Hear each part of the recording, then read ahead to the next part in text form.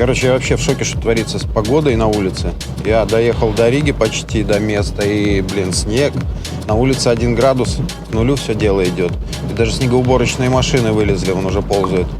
И это 22 апреля. При том, что недели 2 назад у нас была температура воздуха 25 градусов.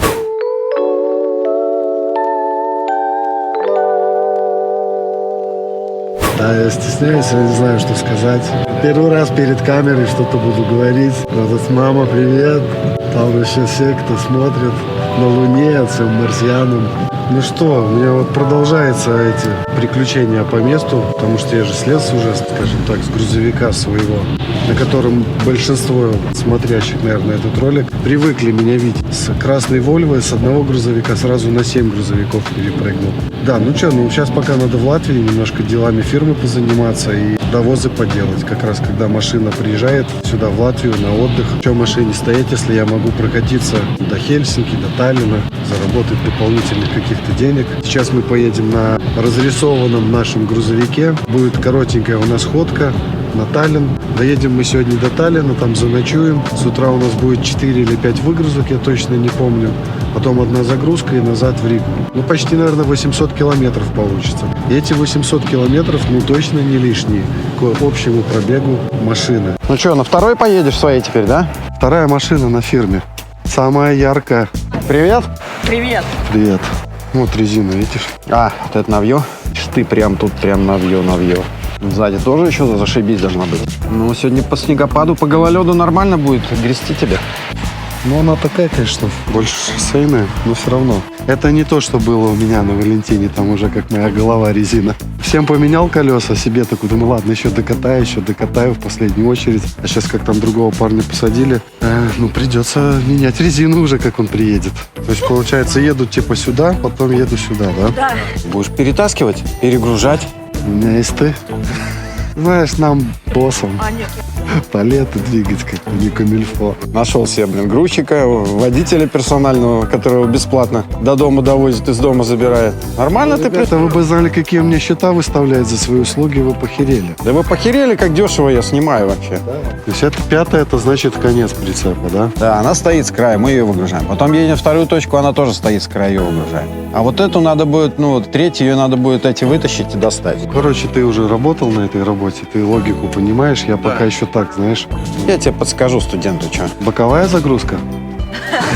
С 2 сторон. Пропустите свой теплый туалет, на улице не камильфо. Уже грузиться не надо, Оля уже все загрузила. Поедем дальше. Привет. Как же приехать сюда и не зайти к вам, уехать просто. Да. Так нельзя.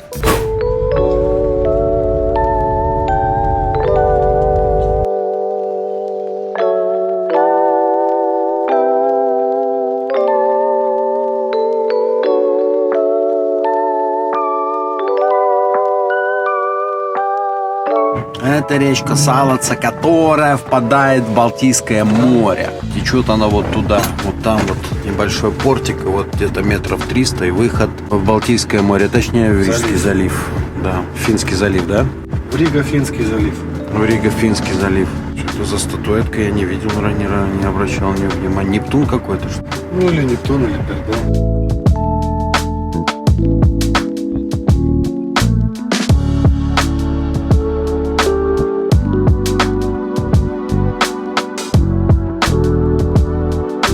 У нас уже страна открыта. Как так? Ты на ходу ешь, что ли, открыл? Светофоры, когда стояли, ждали. Ух ты, хитрый жук, а? Так сразу и останавливаться не надо, сразу едешь. 21:58. Я могу, кстати, ответить на вопрос, который очень часто слышал. Везде, где только мог. Далеко ли до Таллина? У нас получилось до Таллина 309 километров. Это мы, да ладно, не до самого Таллина, до объездной. В Таллине не часто мне доводилось ночевать, буквально там единицы. Раз, может быть, 2 раза где-то ночевал в индустриалках каких-то. А сейчас я даже не знаю, что тут будет с паркингами. На объездной 2 паркинга нашел по гуглу. Сейчас будем пробовать на эти паркинги заехать. Расчет на то, что это все-таки не Германия, здесь такого трафика большого нету. Не знаю, может быть, наивную надежду я питаю на то, что здесь будут места. На вот уже 310 километров мы потратили 3 часа 53 минуты. Как бы, в принципе, у нас почти 40 минут есть на маневр, чтобы добраться до следующей локации, которую я нашел в Google. Так что сейчас будем посмотреть, что нас там ждет. В общем, можно сказать, ледяной дождь был на одном из участков дороги, за бортом 0 градусов, и шел дождь. И дождь был замерзший, но это не было снегом, это реально просто льдинки били по машине. Дорога тоже скользкая была там в некоторых моментах. Ну что могу сказать, как ведет себя резина, это мне понравилось. Потому что на своей резине по такой дороге, я бы, наверное, не отважился с такой скоростью ехать, как сейчас мы ехали. Вот у меня бы здесь была пробуксовка. Вот я сейчас полный газ давлю, на моем Мишлене была бы сейчас пробуксовка. А здесь вообще, просто едем и все. Даже на мокрой дороге, на моей лысой Мишлене, была бы пробуксовка, без 0 градусов. Что значит новая резина, да? Да, новая резина. Ну и бренд хороший, походу. Бренд нормальный, да. По гуглу здесь паркинг. Есть места. Одно только, да? Одно в самом начале, да, было? Да, но он такое короткое какое-то показалось. Ну, давай попробуем, посмотрим. Может быть, если что, там жопа будет чуть торчать, не страшно, если проезда хватит. То... Небольшой сам по себе паркинг. Там сколько? Машин 10 было, да? Значит, заезд только от селя. И тоже еще вопрос. Все спят. Платный или не платный? Ой-ой-ой. Ах ты, елки. Изварит. Место короткое.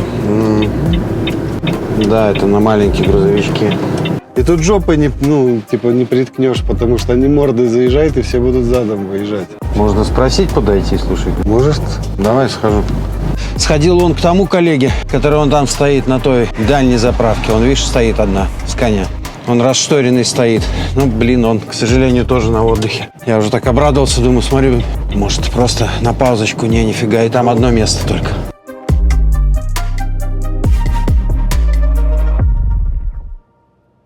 Попытка номер 2. Валим быка намертво. Завалим быка, не? Найдем место. Да, кстати, если кто-то знает, в районе Таллина здесь паркинги, где можно и ночью встать, там, черканите в комментариях свои какие-то подсказки. Опаньки, опаньки, опаньки. Забито, да? Забито. Вон там дырка, не дырка, вон возле маленького грузовика. А, там прицеп жопой стоит, ясно. Если только на легковой заехать, в наглую, не? Что если на легковой поперек встать? Как Германия, да? Эстония как Германия. Так, а здесь что справа? Знаков нету? Вот если здесь справа встать, не? Тут, может, грузовик, может, не проедет. Еще одна попытка, еще один паркинг. Так вот будут возникать, интересно, если так стану? Ну, я думаю, не будут. Проезд хватает. Подравняться надо, да, немножко прижаться вправо. Там борт ничего не сыпаю? Не, бортика нету. Трава просто. Это прям последний шанс. А вроде норм встали, никому не мешаем, да? Там сзади выезд есть, проезд есть. Кабанос? 2 кабанос. А паркинг грузовой платный, не платный? Нет, если вы на сутки, то можно. Потому что не мешали проезду. Не, мы даже не на сутки. И не мешаем. По хот-догу на ночь. Спасибо. Дякую bardzo. По хот-догу из папки. Кто-то говорил, что даже еду ему никакую не дают. А это не я говорил вообще. А кто этот лжец? Покажите мне на него пальцем. Готов ли я закрыть шторки? Да. Да, я готов закрыть шторки. Шторки висят наизнанку. Наоборот. Что, 11 часов делаем отдых? Часов 10? 5 км до выгрузки. Но это можно в 9 спокойно выезжать отсюда. Ну, там без 10, чтобы условно в 9 приехать.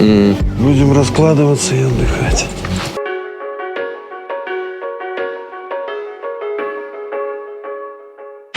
Утро за кофеечком.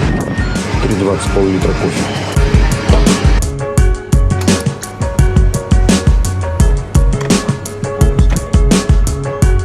Первый раз вижу, чтобы каша была горячая в чане на заправке. Каша 3,50.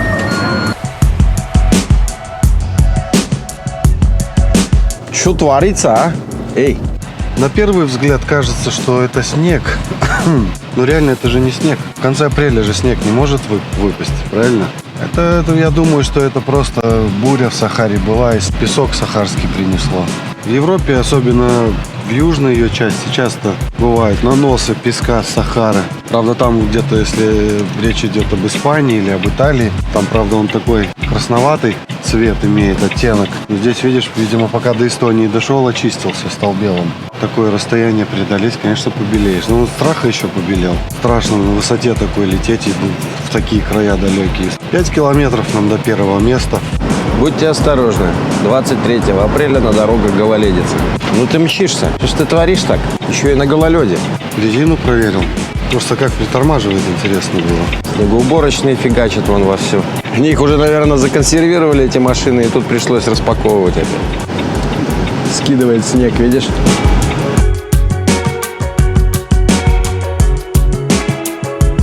Так, подъезжаем к первому месту наших разгрузок. Это у нас сегодня в Таллине 5 выгрузок, 1 загрузка и еще и выгрузка в Риге. Как это возможно успеть за один день?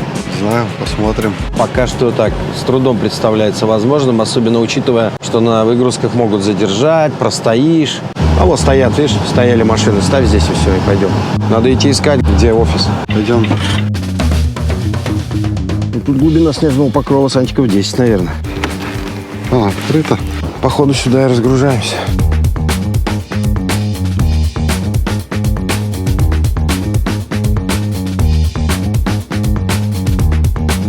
Вот такую сборочку Оля привезла из Италии. Ну, такие штанги лучше ставить по-другому. Роклы хоть поработаешь, а то засиделся, чай, без физической нагрузки. Сыры, моцарелла и так далее. Это новый работник склада здесь. Давно вы здесь работаете на складе, молодой человек? Где-то 15 лет, 44 месяца и 8562 дня, 3 миллиона 44 часа, сексиллиард минут. У меня точный подсчет работает, идеально. Это 8-й, да? Да. Что там заваленный, смотри. Как так они его поставили на такую хлипкую фигню, вот на эту? Не обмотали даже пленкой, блин. Конечно, при торможении он уйдет, а Оля никак не закрепила. Они 13-й палет поставили на этот, не закрепили его ни пленкой, ничем. Он просто стоял вот на йогуртах. И, соответственно, при торможении он съехал и развалился. И, походу, там йогурты те тоже повредились, потому что он углом вошел. Сейчас посмотрим. Ну, здесь такая история. Ну, то, что здесь наверху ничего не испортится, конечно. Давай, придерживай те коробки, будем вытаскивать. Короче, ладно, будем порядок наводить. Ну вот, развалившееся хозяйство. Повредились коробки, но вроде самой продукции нет. Единственное, что не хватает одной коробочки почему-то. Нет, там внизу я посмотрел, под палетами нету. Ну, еще вывезем, посмотрим. Но сами упаковки с йогуртами не повреждены, с этими пищевыми добавками. Надо глянуть, как она под палетами до конца там видна. Не вижу. Ну вот так каждый посмотри. Если насквозь просматривается, то стопудово ее нигде не будет. Потому что палеты стоят вплотную, а она между палетами не могла быть. Здесь нету. Так что, ну, значит, одной не было или съели кто-нибудь. Ну все, тут разобрались, едем дальше, на вторую выгрузку. Слушай, ты в транспортное поставил тогда прицеп? Нет. А, ты можешь ворота закрыть как раз? Да, я закрою, давай. Что, далеко нам до второй выгрузки? Да нет, сколько там, километров 10, наверное. Так что мы сейчас едем на тот склад большой литовской сети, с которыми ты когда-то поругался? Да, 2 года назад, наверное, или год. Ну, что было? Я просто отказался ручной роклей выгружать тяжелые палеты. Вообще палеты больше 200 килограмм ручной роклей как бы нельзя выгружать. Они тебе электророклу не дали? Отказались, да. Часа через 4 дали потом. И то с такой, знаешь, интонацией. Позвали там складовщика и типа, знаешь, какая у нас там самая плохая рохля, короче, дай этому.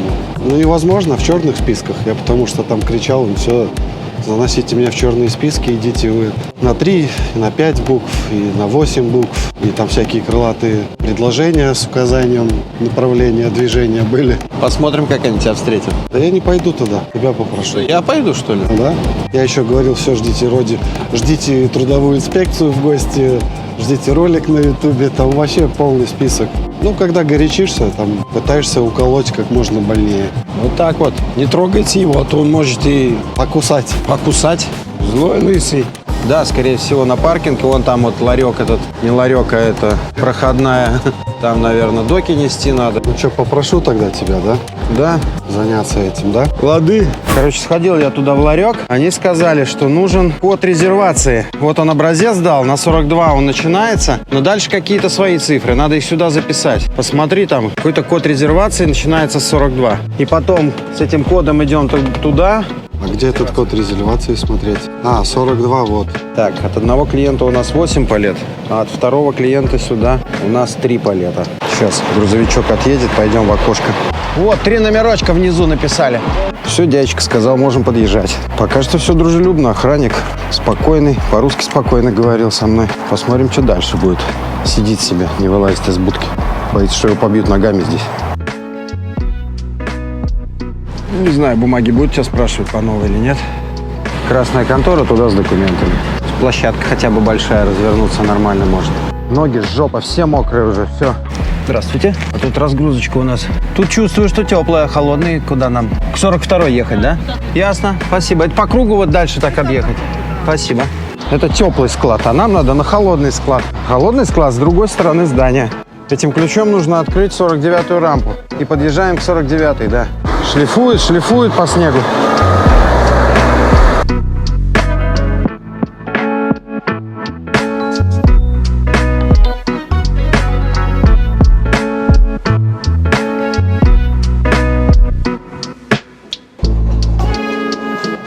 Восемь палет должно быть сюда. Так вот итальянцы любят ставить палеты. Внизу ряд с йогуртами. Наверх ставится палет, просто вот так вот он ставится, что выдавливают все эти баночки вот с таким вот весом. Ну и как это довести потом нормально? Благо здесь ничего не ушло целое, но в принципе шансов раздавить. Короче, печеньки выгружаем на 6-ю рампу, сказали.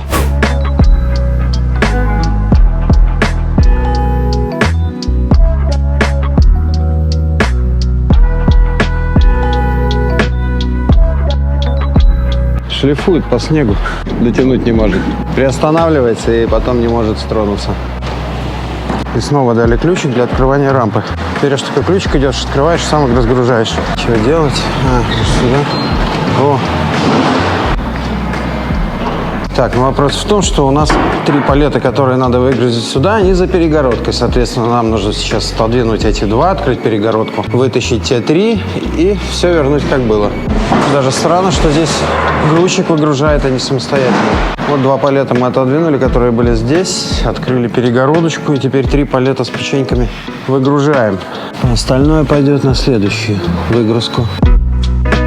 Ну все, последний пошел. Эти пойдут дальше. Что, возвращаем 2 обратно и едем дальше. Спасибо большое. Счастливо. Все, на этом складе эпопея закончилась. Тягомутная. А через сколько камов ты сказал? 3-я выгрузка. 19 показывает. Можешь сказать, что это здесь рядом. Значит, по большому городу 20 километров это фигня. ЦМРки вот они, держи. Сколько палетов? 7. Пока что на всех выгрузках, что мы здесь были в Таллине, все говорят по-русски спокойно. А, один кладовщик только. 8-я, там где-то. Тут. Да, хорошо. Сразу под рампу становиться, да? Да. Все, понял, спасибо. Снова надо 2 палеты вытащить, открыть перегородку и 7 палет, которые там, выгрузить сюда. Останется 2 палета на последнюю выгрузку. Большой логистический склад, и привезли мы сюда намазки. Всякие ореховые намазки сладкие для бутербродов. Тут надо еще вписаться между 2 желтыми столбиками и не снести их. Так себе, дополнительное препятствие. Молодец. Штангу снимай, и там за перегородкой 7 палет.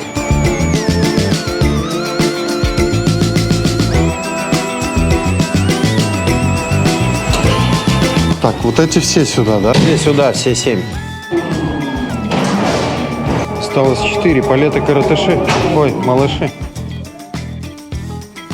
Странно, конечно, какой понт на 2 палета раскидывать вот такой груз. Здесь на палете всего 4 коробки, абсолютно легких. И там такие же.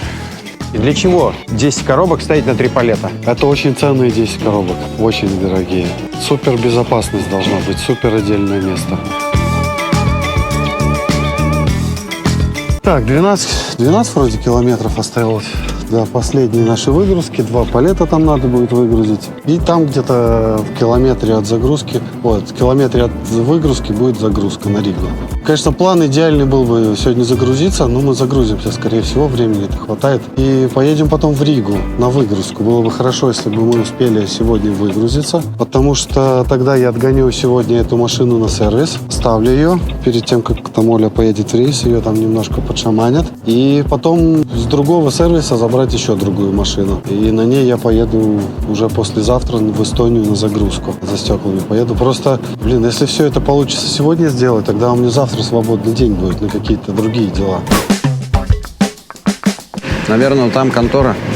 Сюда, наверное, да. Зачекинится и потом скажут, куда идти.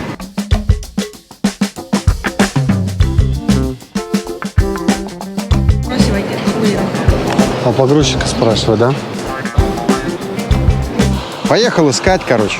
Вот проблема больших складов в том, что везешь плюсовую, минусовую температуру. И в одной части склада находится плюсовая, в другой минусовая, в третьей теплая. И, блин, пока найдешь, короче, ту часть склада, на котором твой груз надо выгрузить, блин, надо объехать. Короче, все. Вот сегодня так и есть. Думаешь, сюда? Ну, блядь, не знаю, посмотрим. Капец, у нас сегодня это обследование складов, да, со всех сторон? Но. Ну, вот когда уже не первый раз едешь, конечно, знаешь. Добрый день. 2 палета там. Хамон, Испания, мясо. 27 рампа? Ага. А как так, 27-я рампа, она занята? Либо ждать, пока отъедет этот коллега. Пойду узнаю, может, на другую можно подъехать, 26 или 28, какие рядом. Все, нам разрешили на 28-ю рампу. Я договорился, нам разрешили стать на 28-ю рампу рядом, да?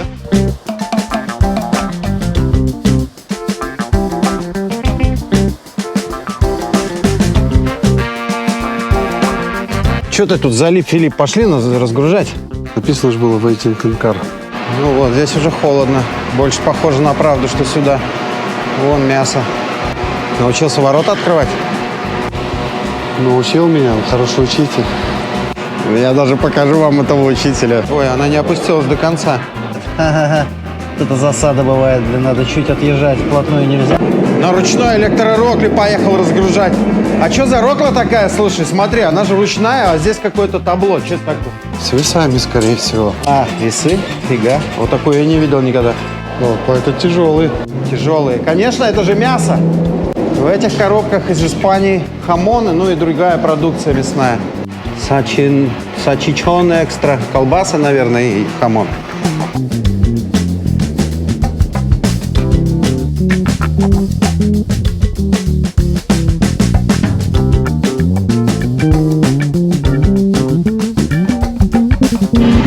Все. Чики-пики. Такие мы поедем? Или скажем? Она сказала нам бай-бай. Значит, все окей. На загрузку. Загрузку go. Далеко нам на нее? Километр. Я сегодня весь день ворота закрываю, открываю. Ты сегодня швейцар. Палеты таскаю. Что за фигня? Я вообще в роли оператора, блин, здесь. Вот так вот юзаю честных людей. Что ты умничаешь? Я хот-дог ел. Да, за пайку работаю. Нет, пайка нормальная. Все, ладно. В 9 мы начали, да? Сейчас уже час дня, и все так прям плотно-плотно, интенсивно. 4 часа сделали 5 выгрузок.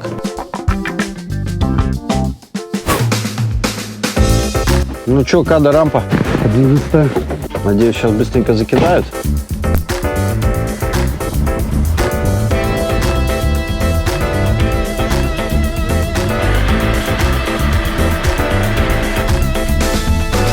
Вот наш груз готов, 21 палета на Ригу.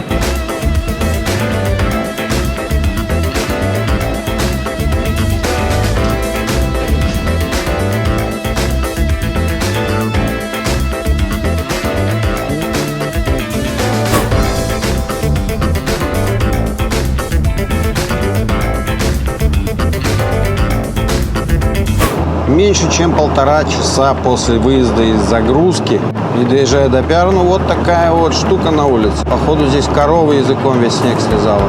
Наверное, голодные были. Граница Эстония-Латвия. Мы здесь уже проезжали, кстати, я это место помню вчера. Это вот латвийский КПП. Латвия с Республика. Там море, Рижский залив. Это место, где речка Салаца впадает в Рижский залив. Вот сюда мы в одном из видео на щиповозе возили щепу. А море, море, море, море, море, море, море. А море, море. Таир, Рига.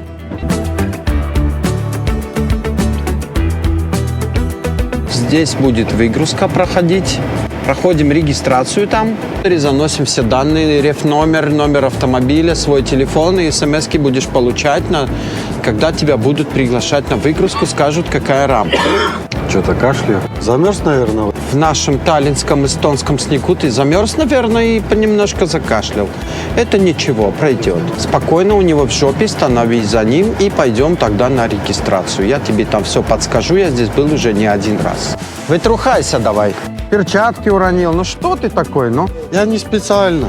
Я верю, что не специально. Надо быть немножко повнимательней. Жилетку надевай, иначе не зарегистрируешься. Главное, номер не перепутай. То у тебя 7 машин, ты можешь перепутать каким-нибудь другим номером.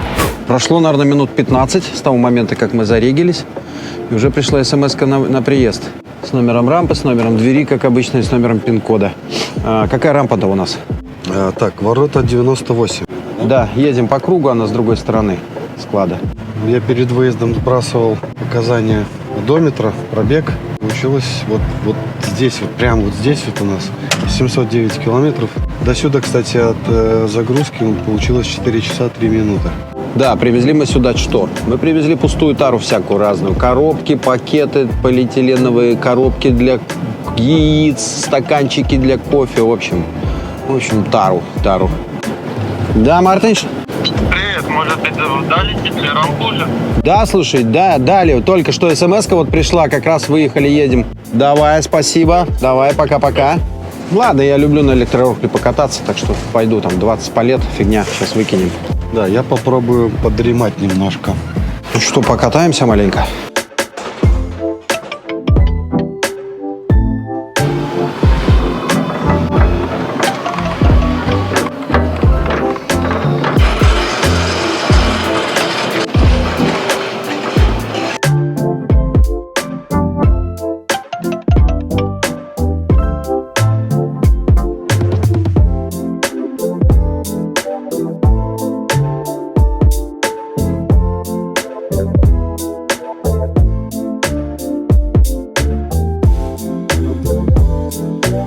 Ну все, последний палетик. Занял это все минут 15. Все наше выставлено. 2 ряда.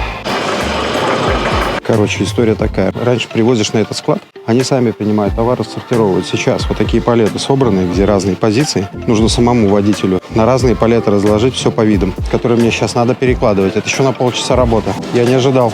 Ну, вот эту всю историю я раскидал сам по палетам. Короче, 4 палета я полностью расформировал, которые были скомбинированы. Ну так себе я не ожидал. Отсиделся тут, загорачек. Доплачивать мне будет. Короче, я на такую историю, значит, не подписывался. Я разгрузил эти 21 палет.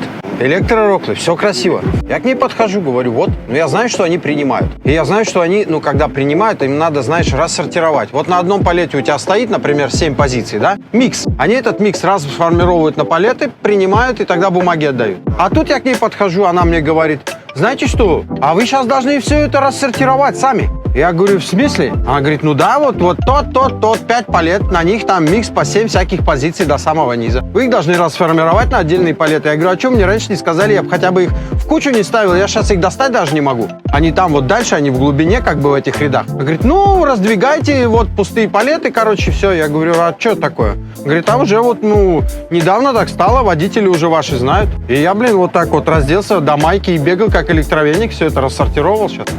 Ты вообще молодец какой, а? Здесь сейчас вот сюда подъезжаешь, да, вот он приходит, прицеп посмотрит и все, тебя выпустит. Блин, приехал в Ригу, просто батарейка села.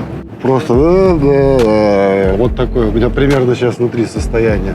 Ну ладно, надо доделать работу, надо взять силы уже. Тут последний рывок остался. Всю основную работу-то сделали. Прикинь, реально до хера сделали.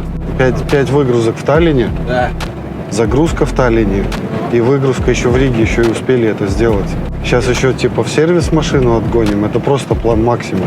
Я уже думал, может завтра тачку отгонять одну, другую, а мы реально сейчас это успеваем сделать.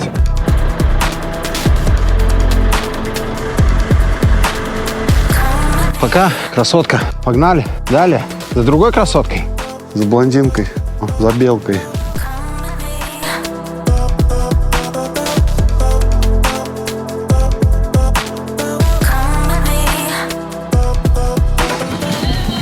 Переехали. Ренучку забирать. Белая Ренучка здесь. С ремонта поедет грузиться в Тарту стеклами. Забираем блондиночку и валим на стоянку. Да по домам отдыхать. Да. Ой, высокая, эти 4 ступеньки. Самолет подниматься по трапу. Ох, какая она непривычная. Ох, и резкая какая. Ну, вот такие вот у меня будни в Риге происходят. Это финальный наш видосик такой с довозами. Может, еще потом снимем что-нибудь такое, но в ближайшее время после этого ролика будут, наверное, выходить какие-то другие. Возможно, вот Андрюха самостоятельно у нас прокатится, поснимает. Многие спрашивали, когда же он свой рейс покажет самостоятельный. Вот, может, и покажет. Если вы попросите его хорошо сейчас в комментариях, он покажет вам. Если меня сильно диспетчера там не загоняют, что мне не будет духу, тогда вообще без проблем. Ну что, спасибо за внимание, спасибо за реакцию на ваши ролики, за веру, за поддержку, за реально столько теплых слов, которые вы пишете и в личку, и в комментариях. Это прям вдохновляет, заставляет двигаться дальше. Ну а мы постараемся не остановиться, а газануть еще больше и в этом году, и вообще. Так что всех благ вам, любви, мирного неба, тепла. Берегите друг друга, себя в том числе. Поки-поки, чмоки-чмоки.